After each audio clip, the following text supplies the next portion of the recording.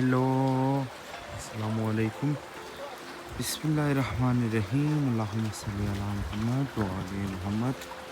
यार जैकेट पहन लूँ क्योंकि आप लोगों को पता है स्नोफॉल है तो ऑब्वियसली गर्म जैकेट ही पहनना पड़ेगा।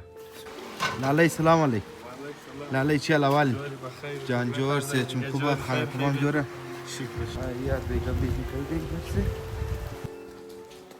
संग गए खुबे बखैर। ग्लेशियर का पानी पिघल गया जिसकी वजह से आप लोग देख सकते हो। यार ब्यूटी चेक करें आप लोग, ब्यूटी। स्नोफॉल एंजॉय करने निकले पता नहीं लास्ट टाइम कोई कभी कब स्नोफॉल हुआ था। जो लोग कैंटीन को मिस कर रहे हैं ये क्लिप स्पेशली उन लोगों के लिए, आप लोग देख सकते हो। यार वाह वाह वाह वाह।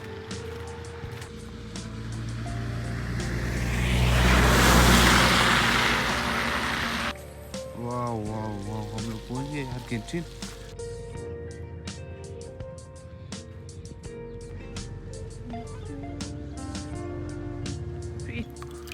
वाह यार तो यहाँ पे नाश्ता करेंगे। हाँ यार आप लोग देख सकते हो स्नोफॉल वंस अगेन स्टार्ट हो गया। कुलसुम माशाल्लाह चीज़ा कोसर यार कोसर ने ये बनाई है।